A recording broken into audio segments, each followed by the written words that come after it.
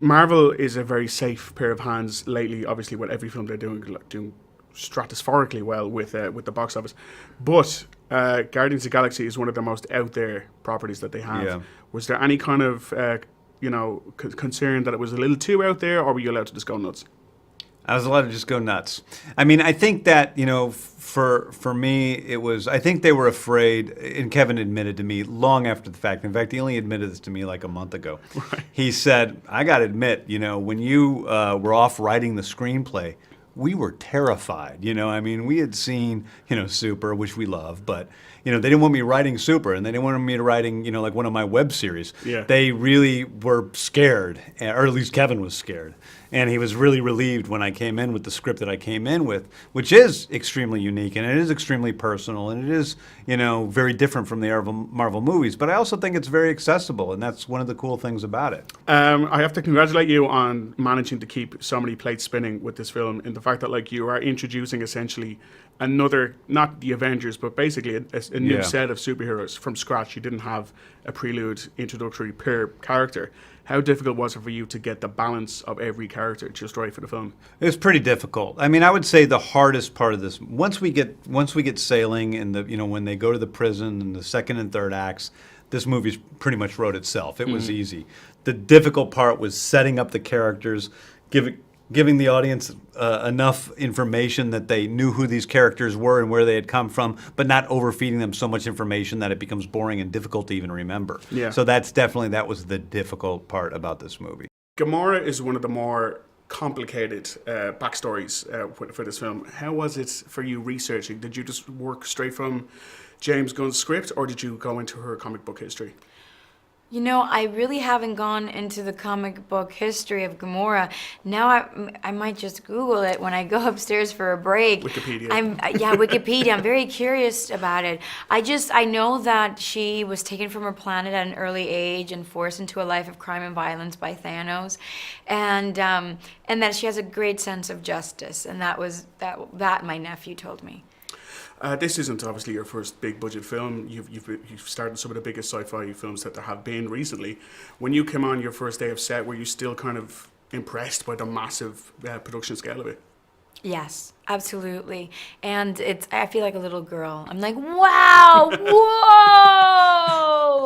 And and immediately I want to know how much of the set will I be using or jumping off of or fighting around. And I love it because it doesn't happen every day, where you get to create all these sets as opposed to performing in front of a green screen and then it's created in post. Mm-hmm. Guardians of the Galaxy, when it comes down to it, is about friendship and it's about teamwork.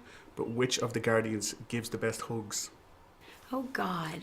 I think that they all do. Okay. So I'm like, who do I choose? Like Chris gives a great hug. James, the director, gives a great hug. Dave Bautista does as well. Vin gives the best. So yeah, I think all of them. You don't want to pick one. Just one big group hug for you. Yeah. Safer answer.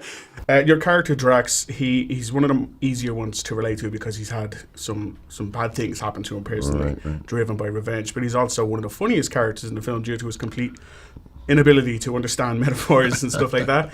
How difficult was it for you to get the balance between the humour and the drama just right? Yeah, it's weird. It wasn't really, once I read the script and actually, I mean, even beforehand, when I started working with James, I really started getting a kind of a grasp of who Drax was and who his vision for him was.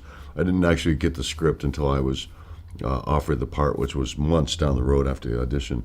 But once I read it and read how he interacted with everybody and why he was the way he was, it was kind of easy to put my finger on him. Your previous career as a wrestler obviously would help in when it comes to the stunt work and fighting stuff for this film. Mm-hmm. Did you have to learn any particular new fighting styles for the character of Drax, or? Yeah, well, it was all new. It was a whole new learning experience, and really because of what we do in professional wrestling is so different from what they do in film. Mm-hmm.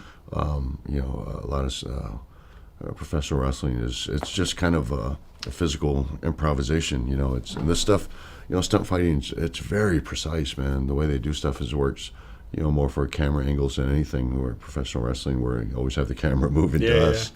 It helped being athletic, but I didn't really bring any of my professional wrestling. I did bring a little bit of Kali my martial art colleague that I've done for years and years. But even that, not so much. Is all kind of a whole new thing. One question I'm asking every Guardian, a very serious question. Guardians of the Galaxy is about friendship and teamwork. Right. But which of the Guardians gives the best hugs? The best hugs, probably Groot. Everyone is saying Groot. Yeah. Everyone is saying Well, that's Groot. because Groot is the one Guardian that is just so pure of heart, man. He's just, I mean, he's so pure and so innocent and so good-natured. I mean, he's also just that big, that big, hulk of a tree. It'd be Groot, man. I think he's just the most loving character. Director James Gunn said that your audition for this was by far the best audition he's ever seen in his career. He's crazy. Well, that's for us to judge, I guess. But just for first-time actresses, how did our audition go for you? And do you have any suggestions or tips for blowing directors away on the first time? I'm pretty sure I was mediocre for about 3 auditions, and then came the screen test. I think that's what he's talking about. And that was really cool because we got like full makeup and bald caps, and like there was a real crew there, so it felt like a normal day's filming rather than a weird audition setting.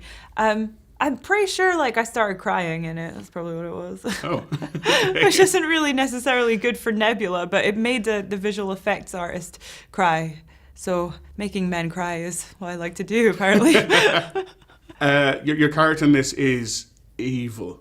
She's evil. She's complicated, but she's evil. Was that fun for you to get to play this like purely nasty person? Like, was it kind of, you get to do this brand new type of character? This was something nothing I've ever played before. So that was really cool to just explore the dark side. And I've always wanted to play a villain, and hopefully somehow she's sympathetic. I feel like a lot of her evilness comes from feelings of inadequacy because she's always in Gamora's shadow, her sister. Final question. Guardians of the Galaxy, it's all about teamwork and friendship, but the most vital question is, which of the Guardians gives the best hugs? Hugs? I mean the tree. Oh yeah? Yeah, because like some people are tree huggers, but like you get hugged by the tree. He hugs you back. It's the tree that hugs you back. Yeah, exactly. Perfect. Fantastic. Thank you very much. Thank you. I have a plan. You've got a plan. I have part of a plan. What percentage of a plan? I don't know, 12%. 12%? That's a fake laugh. It's real! Totally fake. That is the most real, authentic, hysterical laugh of my entire life because that is not a plan. I am Groot. So what? It's better than 11%. What the hell does that have to do with anything? Thank you. Groot's the only one of you who has a clue.